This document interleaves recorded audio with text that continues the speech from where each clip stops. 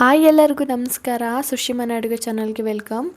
ಇವತ್ತು ನಾವು ಹಲಸಿನ ಹಣ್ಣನ್ನ ಬಳಸ್ಕೊಂಡು ಹಲಸಿನ ಹಣ್ಣಿನ ಇಡ್ಲಿನ ಹೇಗೆ ಮಾಡೋದು ಅಂತ ನೋಡೋಣ. ತುಂಬ ಅಂದರೆ ತುಂಬಾ ಸಿಂಪಲ್ಲು. ಯಾರೆಲ್ಲ ಟ್ರೈ ಮಾಡಿಲ್ಲ ಈ ರೆಸಿಪಿನ ಒಂದ್ಸತಿ ಟ್ರೈ ಮಾಡಿ. ತುಂಬ ಅಂದರೆ ತುಂಬಾ ಚೆನ್ನಾಗಿರುತ್ತೆ. ಹಲಸಿನ ಹಣ್ಣಿನ ಸೀಸನ್ ಆಗಿರೋದ್ರಿಂದ ಇದನ್ನು ಒಂದ್ಸತಿ ಟ್ರೈ ಮಾಡಲೇಬೇಕಾದಂಥ ರೆಸಿಪಿ ಆಗಿರುತ್ತೆ. ಹಾಗಿದ್ರೆ ತಡ ಮಾಡ್ದೇ ಹೇಗೆ ಮಾಡೋದು ಅಂತ ನೋಡ್ಕೊಬರೋಣ. ಅದಕ್ಕೂ ಮೊದಲು ನೀವು ನಮ್ಮ ಚಾನಲ್ನ ಫಸ್ಟ್ ಟೈಮ್ ನೋಡ್ತಾ ಇದ್ದೀರಾ ಅಂತಂದರೆ ದಯವಿಟ್ಟು ಸಬ್ಸ್ಕ್ರೈಬ್ ಮಾಡ್ಕೊಳ್ಳಿ. ಹಾಗೆ ಪಕ್ಕದಲ್ಲಿರೋಂಥ ಬೆಲ್ಲೈಕನ್ನ ಪ್ರೆಸ್ ಮಾಡಿ. ಮುಂದೆ ಯಾವುದೇ ವಿಡಿಯೋ ಅಪ್ಲೋಡ್ ಮಾಡಿದರೂ ಕೂಡ ನಿಮಗೆ ಮೊದಲು ನೋಟಿಫಿಕೇಷನ್ ಬರುತ್ತೆ. ಹೇಗೆ ಮಾಡೋದು ಅಂತ ನೋಡೋಣ. ಮೊದಲು 2 ಕಪ್ ಆಗೋಷ್ಟು ಅಕ್ಕಿನ ತೊಗೊಂಡಿದ್ದೀನಿ. ಗ್ಲಾಸಲ್ಲಿ ಹೇಳ್ಬೇಕಂದ್ರೆ 2 ಗ್ಲಾಸ್ ಆಗೋಷ್ಟು ಅಕ್ಕಿ ತೊಗೊಂಡಿದ್ದೀನಿ. ಹಾಗೆ ಇದನ್ನು ನಾನು ರೇಷನ್ ಅಕ್ಕಿನ ತೊಗೊಂಡಿದ್ದೀನಿ. ಸೊಸೈಟಿ ಅಕ್ಕಿ ಏನು ಬರುತ್ತೆ ನೋಡಿ, ಆ ಅಕ್ಕಿ ತೊಗೊಂಡಿದ್ದೀನಿ. ಹಾಗೆ ಇದನ್ನು ಒಂದು 3ರಿಂದ 4 ಸಲ ನೀಟಾಗಿ ವಾಶ್ ಮಾಡಿಕೊಂಡು 3ರಿಂದ 4 ಗಂಟೆ ಇದನ್ನು ನೆನೆಯೋದಕ್ಕೆ ಬಿಡ್ತಾಯಿದ್ದೀನಿ. ನೆಕ್ಸ್ಟ್ ಇವಾಗ 1 ಕಪ್ ಆಗೋಷ್ಟು ಬೆಲ್ಲನ ತೊಗೊಂಡಿದ್ದೀನಿ. ಬ್ರೌನ್ ಕಲರ್ ಬೆಲ್ಲನ ತೊಗೊಂಡಿದ್ದೀನಿ. ನೀವು ಬಿಳಿ ಬೆಲ್ಲ ಇದ್ದರೆ ಬಿಳಿ ಬೆಲ್ಲ ಕೂಡ ತೊಗೊಳ್ಬೋದು. ನೆಕ್ಸ್ಟ್ ಇವಾಗ 3/4 ಕಪ್ ಆಗೋಷ್ಟು ತೆಂಗಿನ ತುರಿನ ತೊಗೊಂಡಿದ್ದೀನಿ. ನೆಕ್ಸ್ಟ್ ಇವಾಗ ಒಂದು 25ರಿಂದ 30 ಆಗೋಷ್ಟು ಹಲಸಿನ ಹಣ್ಣನ್ನ ಈ ರೀತಿ ಬೀಜ ಎಲ್ಲ ತೆಗೆದು ಇಟ್ಕೊಂಡಿದ್ದೀನಿ. ನೆಕ್ಸ್ಟ್ ಇವಾಗ ಚಿಟಿಕೆ ಆಗೋಷ್ಟು ಉಪ್ಪನ್ನ ತೊಗೊಂಡಿದ್ದೀನಿ. ಇವಾಗ 3 ಏಲಕ್ಕಿನ ತೊಗೊಂಡಿದ್ದೀನಿ. ನೆಕ್ಸ್ಟ್ ಇವಾಗ ನೋಡ್ತಾ ಇದ್ದೀರಲ್ಲ, ಈಗ 5ರಿಂದ 6 ಗಂಟೆ ಆಗಿದೆ. ಅಕ್ಕಿ ಕೂಡ ತುಂಬ ಚೆನ್ನಾಗಿ ನೆಂದಿದೆ. ಇವಾಗ ಒಂದು ಮಿಕ್ಸರ್ ಜಾರ್ನ ತೊಗೊಂಡಿದ್ದೀನಿ. ಇದನ್ನು ಮಿಕ್ಸರ್ ಜಾರಿಗೆ ಹಾಕ್ಕೊಳ್ಬೇಕಾಗುತ್ತೆ. ನಿಮಗೆ ಟೈಮ್ ಇತ್ತು ಅಂತಂದರೆ ಓವರ್ ನೈಟ್ ನೆನೆಸಿ ಬೆಳಿಗ್ಗೆ ನೀವು ತಿಂಡಿ ಕೂಡ ಮಾಡ್ಕೊಳ್ಬೋದು. ಅಥವಾ ನೀವು ಬೆಳಿಗ್ಗೆಯಿಂದ ಸಂಜೆವರೆಗೂ ನೆನೆಸಿ ನೈಟ್ ಕೂಡ ಮಾಡ್ಕೊಳ್ಬೋದು. ನೆಕ್ಸ್ಟ್ ಇವಾಗ 1 ಕಾಫಿ ಗ್ಲಾಸಲ್ಲಿ ಆಗೋಷ್ಟು ನೀರನ್ನ ತೊಗೊಂಡಿದ್ದೀನಿ. ಇದನ್ನು ಹಾಕ್ಕೊಳ್ತಾ ಇದ್ದೀನಿ. ನೀವು ಜಾಸ್ತಿ ನೀರನ್ನ ಯೂಸ್ ಮಾಡ್ಕೊಳ್ಳೋದಕ್ಕೆ ಹೋಗಬೇಡಿ. ಹಾಗೆ ಇದನ್ನು ಮಿಕ್ಸರ್ ಮಾಡ್ಕೊಳ್ತಾ ಇದ್ದೀನಿ. ಪೂರ್ತಿಯಾಗಿ ನುಣ್ಣಗೆ ರುಬ್ಕೊಳ್ಳೋದಕ್ಕೆ ಹೋಗಬೇಡಿ. ತರಿಯಾಗಿ ರುಬ್ಕೊಂಡಿರಬೇಕು. ಇಡ್ಲಿಗೆಲ್ಲ ಯಾವ ರೀತಿ ರುಬ್ಕೊಳ್ತೀರ ನೋಡಿ, ಅದಕ್ಕಿಂತ ಸ್ವಲ್ಪ ತರಿಯಾಗಿ ರುಬ್ಕೊಳ್ಳಿ. ನೋಡ್ತಾ ಇದ್ದೀರಲ್ಲ ಯಾವ ರೀತಿ ತರಿಯಾಗಿ ರುಬ್ಕೊಂಡಿದ್ದೀನಿ ಅಂತ. ಇದನ್ನು ಇವಾಗ ಒಂದು ಪಾತ್ರೆಯಲ್ಲಿ ಹಾಕ್ಕೊಳ್ತಾ ಇದ್ದೀನಿ. ತುಂಬ ನುಣ್ಣಗೆ ರುಬ್ಕೊಳ್ಳೋದಕ್ಕೆ ಹೋಗಬೇಡಿ. ನೆಕ್ಸ್ಟ್ ಇವಾಗ ಮೊದಲೇ ತೊಗೊಂಡಿದ್ದಂತಹ ಹಲಸಿನ ಹಣ್ಣು ಹಾಕ್ಕೊಳ್ತಾ ಇದ್ದೀನಿ. ಜಾಸ್ತಿ ಇತ್ತು ಅಂತಂದರೆ ನೀವು ಜಾಸ್ತಿ ಕೂಡ ಹಾಕ್ಕೊಳ್ಬೋದು. ನೆಕ್ಸ್ಟ್ ಇವಾಗ ಒಂದು 3/4 ಕಪ್ ಆಗೋಷ್ಟು ತೆಂಗಿನ ತುರಿನೂ ಕೂಡ ಹಾಕ್ಕೊಳ್ತಾ ಇದ್ದೀನಿ. ಹಾಗೆಯೇ ಬೆಲ್ಲ ಕೂಡ ಹಾಕ್ಕೊಳ್ತಾ ಇದ್ದೀನಿ. ಬೆಲ್ಲ ನಿಮಗೆ ಸ್ವೀಟ್ಗೆ ಎಷ್ಟು ಬೇಕಾಗುತ್ತೆ ನೋಡಿ ಹಾಕ್ಕೊಳ್ಳಿ. ನಿಮಗಿನ್ನೂ ಜಾಸ್ತಿ ಸ್ವೀಟ್ ಇಷ್ಟಪಡೋರು ನೀವಿನ್ನೂ ಜಾಸ್ತಿ ಕೂಡ ಹಾಕ್ಕೊಳ್ಬೋದು. ಇದನ್ನು ನಾವೀಗ ರುಬ್ಕೊಳ್ತಾ ಇದ್ದೀನಿ. ಸ್ವಲ್ಪನೂ ಕೂಡ ನೀರನ್ನ ಹಾಕ್ಕೊಳ್ದಲ್ಲೇ ರುಬ್ಕೊಳ್ಬೇಕಾಗುತ್ತೆ. ಯಾಕಂದರೆ ಬೆಲ್ಲನೇ ಹಾಕಿರ್ತೀವಲ್ಲ, ಹಾಗಾಗಿ ನೀವು ನೀರನ್ನ ಹಾಕ್ಕೊಳ್ದೇ ರುಬ್ಕೊಳ್ಬೇಕಾಗುತ್ತೆ. ಹಾಗೆ ನಾನಿಲ್ಲಿ ಜಾಸ್ತಿ ಮಾಡ್ತಾ ಇರೋದ್ರಿಂದ ಇನ್ನೂ ಸ್ವಲ್ಪ ಉಳಿದಿರೋ ಅಂಥದ್ದನ್ನು ಕೂಡ ನಾನಿಲ್ಲಿ ಹಾಕ್ಕೊಳ್ತಾ ಇದ್ದೀನಿ. ಇದಕ್ಕೂ ಕೂಡ ಸ್ವಲ್ಪ ಕೂಡ ನೀರನ್ನ ಹಾಕ್ಕೊಳ್ತಾ ಇಲ್ಲ. ನೆಕ್ಸ್ಟ್ ಇವಾಗ ಮೊದಲೇ ತೆಗೆದಿಟ್ಕೊಂಡಿದ್ದಂತಹ ಸ್ವಲ್ಪ ಉಪ್ಪನ್ನ ಹಾಕ್ಕೊಳ್ತಾ ಇದ್ದೀನಿ. ಹಾಗೆಯೇ 3 ಏಲಕ್ಕಿ ಕೂಡ ಹಾಕ್ಕೊಳ್ತಾ ಇದ್ದೀನಿ. ಇದನ್ನು ಕೂಡ ನೀಟಾಗಿ ರುಬ್ಕೊಳ್ಬೇಕಾಗುತ್ತೆ. ಇದನ್ನು ತರಿಯಾಗಿ ರುಬ್ಬೋದಕ್ಕೆ ಹೋಗ್ಬೇಡಿ, ಸ್ವಲ್ಪ ನುಣ್ಣಗೆ ರುಬ್ಕೊಳ್ಳಿ. ನೋಡ್ತಾ ಇದ್ದೀರಲ್ಲ, ನಾನು ತೋರಿಸ್ತಾ ಇದ್ದೀನಿ ಯಾವ ರೀತಿ ರುಬ್ಕೊಂಡಿದ್ದೀನಿ ಅಂತ.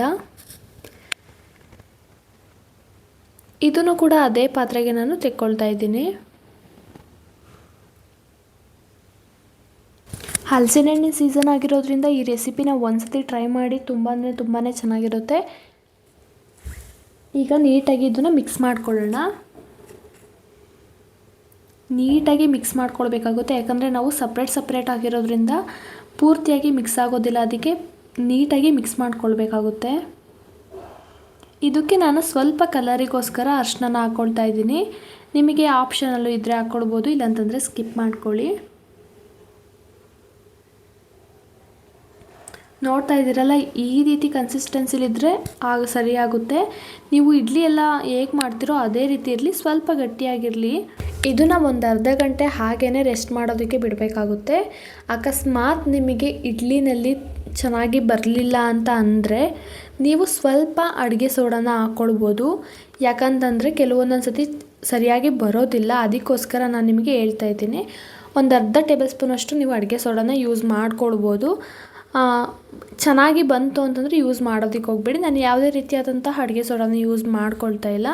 ಇವಾಗ ನೋಡಿ, ಇವಾಗ ಮಿಕ್ಸ್ ಆಗಿದೆ ನೀಟಾಗಿ. ಇವಾಗ ಇಡ್ಲಿ ಪಾತ್ರೆನ ತೆಕ್ಕೊಳ್ತಾ ಇದ್ದೀನಿ. ಇಲ್ಲ ಅಂತಂದರೆ ನೀವು ಬಾಳೆ ಎಲೆಯಲ್ಲಿ ಕೂಡ ಮಾಡ್ಕೊಳ್ಬೋದು. ನಾನು ಇಡ್ಲಿ ಪಾತ್ರೆನೇ ತೆಕ್ಕೊಳ್ತಾ ಇದ್ದೀನಿ. ಇಡ್ಲಿ ಪಾತ್ರೆಗೆ ನಾನು ಒಂದು 3ರಿಂದ 4 ಗ್ಲಾಸ್ ಆಗೋವಷ್ಟು ನೀರನ್ನ ಹಾಕ್ಕೊಂಡು ಕಾಯೋದಕ್ಕೆ ಇಟ್ಕೊಂಡಿದ್ದೀನಿ. ಇದು ಕಾಯೋದಕ್ಕೆ ಬಿಟ್ಟು ನೆಕ್ಸ್ಟ್ ಇವಾಗ 2 ಟೇಬಲ್ ಸ್ಪೂನಷ್ಟು ತುಪ್ಪನ ತೊಗೊಂಡಿದ್ದೀನಿ. ಇದನ್ನು ಇಡ್ಲಿ ಸೆಟ್ಗೆ ನೀಟಾಗಿ ಹಚ್ಕೊಳ್ಬೇಕಾಗುತ್ತೆ. ಇಲ್ಲ ಅಂತಂದರೆ ತುಪ್ಪ ಇಲ್ಲ ಅಂತಂದರೆ ನೀವು ಎಣ್ಣೆ ಕೂಡ ಹಚ್ಕೊಳ್ಬೋದು, ಬಟ್ ನಾನಿಲ್ಲಿ ತುಪ್ಪನೇ ಹಚ್ಕೊಳ್ತಾ ಇದ್ದೀನಿ.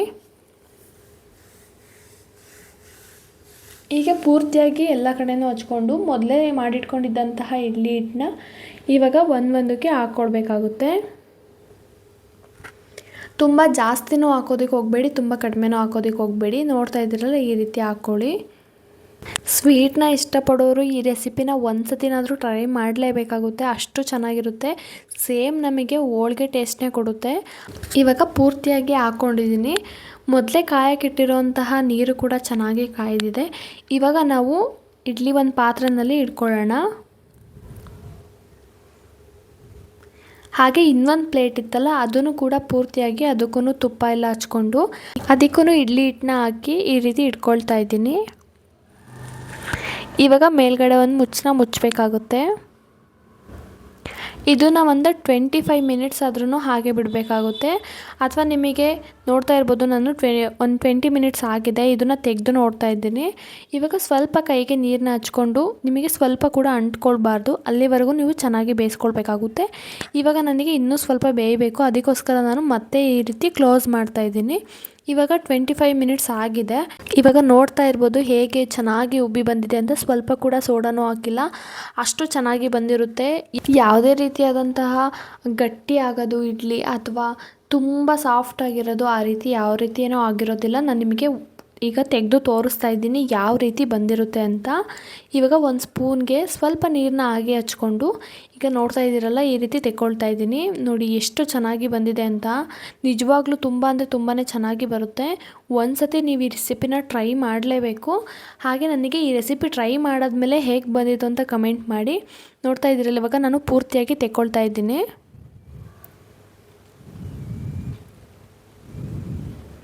ನೋಡಿ ಎಷ್ಟು ಚೆನ್ನಾಗಿ ಬರ್ತಾ ಇದೆ ಅಂತ. ಇವಾಗ ನಾನು ಒಂದು ಬೌಲ್ನಲ್ಲಿ ತೆಗೆದಿಟ್ಕೊಳ್ತಾ ಇದ್ದೀನಿ. ಇವಾಗ ಮೇಲ್ಗಡೆ 1 ಟೇಬಲ್ ಸ್ಪೂನಷ್ಟು ತುಪ್ಪನ ಹಾಕ್ಕೊಳ್ತಾ ಇದ್ದೀನಿ. ಇದು ತುಪ್ಪ ಜೊತೆಗೇ ತುಂಬ ಅಂದರೆ ತುಂಬ ಚೆನ್ನಾಗಿರುತ್ತೆ. ತುಪ್ಪ ಇಷ್ಟಪಡದೇ ಇರೋರು ಕಾಯಿ ಹಾಲು ಬರುತ್ತಲ್ಲ, ಅದನ್ನು ಕೂಡ ಮಾಡ್ಕೊಳ್ಬೋದು. ಕಾಯಿಗೆ ಸ್ವಲ್ಪ ಸಕ್ಕರೆ ಅಥವಾ ಬೆಲ್ಲ ಹಾಕ್ಕೊಂಡು ರುಬ್ಕೊಂಡು ಮಾಡಿಕೊಂಡ್ರೆ ತುಂಬ ಅಂದರೆ ತುಂಬಾ ಚೆನ್ನಾಗಿರುತ್ತೆ. ನೀವು ಕೂಡ ಒಂದ್ಸತಿ ಟ್ರೈ ಮಾಡಲೇಬೇಕು. ಹಾಗೆ ಈ ವಿಡಿಯೋ ನಿಮಗೆ ಇಷ್ಟ ಆಗಿದೆ ಅಂತ ಅಂದ್ಕೊಳ್ತೀನಿ. ಇಷ್ಟ ಆಗಿದೆ ದಯವಿಟ್ಟು ಒಂದು ಲೈಕ್ ಮಾಡಿ, ಹಾಗೆ ನಿಮ್ಮ ಫ್ಯಾಮಿಲಿ ಫ್ರೆಂಡ್ಸಿಗೂ ಕೂಡ ಶೇರ್ ಮಾಡಿ. ತುಂಬ ಚೆನ್ನಾಗಿ ಸಪೋರ್ಟ್ ಮಾಡ್ತಾ ಇದ್ದೀರಾ, ಹೀಗೆ ಸಪೋರ್ಟ್ ಮಾಡ್ತಾಯಿರಿ. ಈಸಿ ರೆಸಿಪಿಗಾಗಿ ಸುಶಿ ಮನೆ ಅಡುಗೆ ಚಾನಲ್ನ ಸಬ್ಸ್ಕ್ರೈಬ್ ಮಾಡ್ಕೊಳ್ಳಿ. Thank you for watching.